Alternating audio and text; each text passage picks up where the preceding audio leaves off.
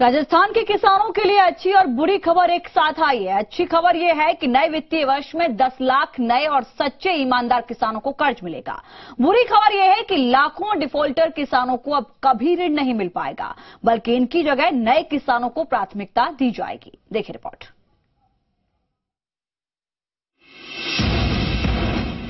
किसान, दूसरों की थाली की भोजन परोसने वाला किसान, जो खेत पर पसीना बहाकर अन्न पैदा करता था। लेकिन अफसोस, देश का अन्नदाता ही हर मौसम में परेशान रहता है। लेकिन अब किसानों की परेशानी दूर होने वाली है। ईमानदार किसानों के लिए खुशखबरी है। पहले उन किसानों को कर्ज नहीं मिल पाता था जो ईमानदारी से दिन रात मेहनत मजदूरी करते थे। लेकिन डिफॉल्टर होने के बावजूद भी चालाक किसान कर्ज की बहती गंगा में हाथ धो लेते थे। लेकिन अब ऐसा नहीं होगा। सहकारिता विभाग ईमानदार किसानों को ही ऋण देगी। रजिस्ट्रार सहकारिता डॉक्टर नीरज के पवन ने इस संबंध में एक सर्कुलर जारी किया है।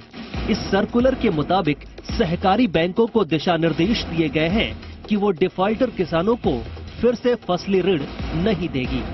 जो कि जानबूझकर ऋण नहीं देते हैं, इन किसानों की जगह नए सहकारी सदस्य किसानों को ऋण उपलब्ध कराया जाएगा। जो डूंगरपुर की घटना के बाद जहां आपको पता चला था कि ऐसे कई लोग जो या तो है नहीं या विदेश रहते हैं जिनके नाम से लोन वेवर हो गया, तो वैसी घटनाओं पर विराम लगे, उसके लिए बहुत बड़ा निर्णय राज्य सरकार की ओर से सच्चे किसानों को लाभ देने का लिया गया था। और आप देखेंगे पूर्ण सफलता के साथ राजस्थान राज्य में सच्चे किसानों को ऋण माफी का लाभ मिल चुका है।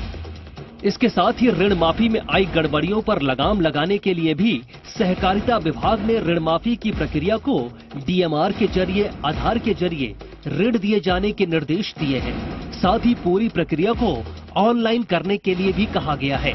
पिछली सरकार में की गई ऋण माफी में कई तरह की गड़बड़ियों की शिकायत सामने आई थी। इसलिए सरकारी सदस्यों के साथ ही अपात्र और गलत तरीके से ऋण माफी का लाभ लेने के मामले सामने आने के बाद सहकारिता विभाग ने अब इससे बचने के लिए संपूर्ण प्रक्रिया को आधार से जोड़ने के निर्देश दिए हैं। ऋण वितरण रजिस्ट्रार नीरज के पवन की ओर से जारी सर्कुलर में बैंकों से कहा गया है कि किसानों को 1 अप्रैल से खरीफ सीजन के लिए अल्पकालीन फसली ऋण दिया जाना था। ऐसे में केंद्रीय सहकारी बैंक अपने उपलब्ध वित्तीय संसाधनों के आधार पर ऋण वितरण के आवंटन निर्धारित करें। बैंकों से कहा गया है कि वो फिलहाल अपने वित्तीय स्रोतों से ही ऋण वितरण की व्यवस्था करें। लेकिन सबसे बड़ी बात यह है कि भारी भरकम वित्तीय भार के बाद किसानों का कर्ज कैसे माफ हो पाएगा। आशीष चौहान, जी मीडिया, जयपुर।